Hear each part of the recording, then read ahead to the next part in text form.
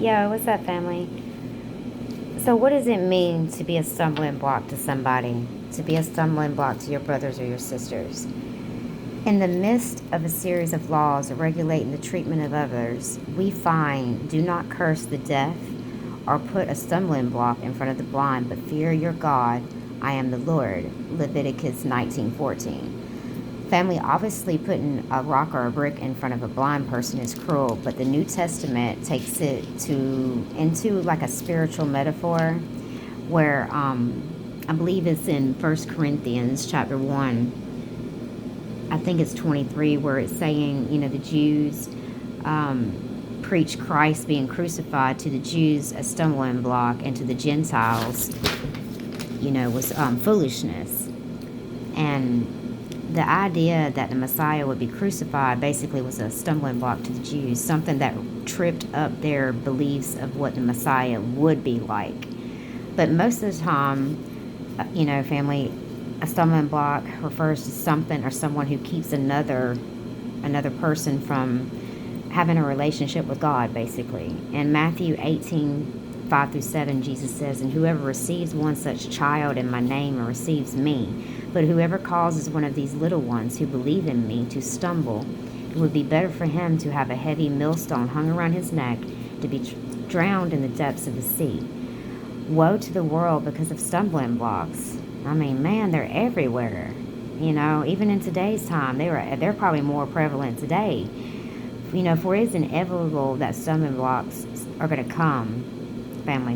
That's going to happen. But woe to that man through whom the stumbling block comes, just as it would be better to chop off one's hand than to sin. Matthew 18:8.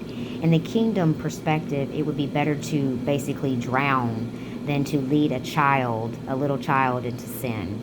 Similarly, in Romans 14:13, Paul points out that God alone judges. We are not to judge others, but be concerned that we are not the ones leading them into sin we're so concerned about.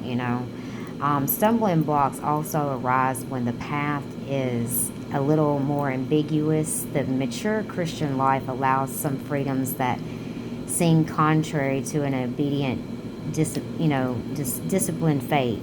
The Corinthians were concerned about eating meat sacrificed to idols. Modern issues include drinking alcohol in moderation or dancing, but take care that this liberty of yours does not somehow become a stumbling block to the weak.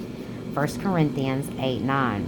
So you don't want to claim you're of Christ and you're supposed to be representing Christ, but you're representing the world. You're making excuses for sin when you know it's not of God, and it doesn't. There's nowhere in the scriptures where you can justify your feelings, more or less. Our liberty is not worth another's walks with God, basically. If something God allows would lead another to sin, we need to avoid it. We are given great freedom as followers of Christ, family, but the greatest is the freedom to consider others, their welfare over our own. If they're in sin, if they're in error, you always want to come to someone in love, family, and compassion. You don't want to come in a hateful looking, judging down. You always judge righteously. It has to be, it don't ever judge on mere appearance. But it has to, do they show the fruits of the Spirit? That's the things you're going to be looking for. But refraining from a stumbling block means not to lead another into sin, basically. How we accomplish this depends on the situation, the hearts of those around us. The security we have in God's love and provision, both now and eternally, family, allows us to show concern to those who are weaker, those who need that certain encouragement to understand who God is, because a lot of people just don't know who He is. They claim to know, it's lip service, but they don't really know Him. I mean, anybody, even I've always said, even Satan knew the scriptures.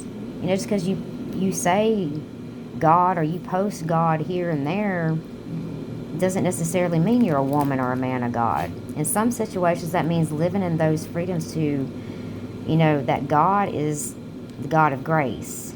He's always going to be the God of grace.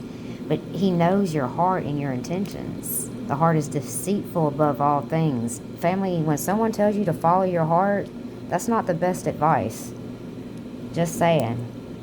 So, but always it means to encourage another to act in the way that the Bible, identifies as sin. You don't ever want to try to justify something that in God's eyes is not right. Even if you are worried about being persecuted or being hated, you're going to have to get over that fear if you want to fully follow Christ with all your heart. But you definitely don't want to be a stumbling block, family. There's so many scriptures and so many things that warn us about this, all the way from the Old Testament to the New Testament. I love you guys. Later.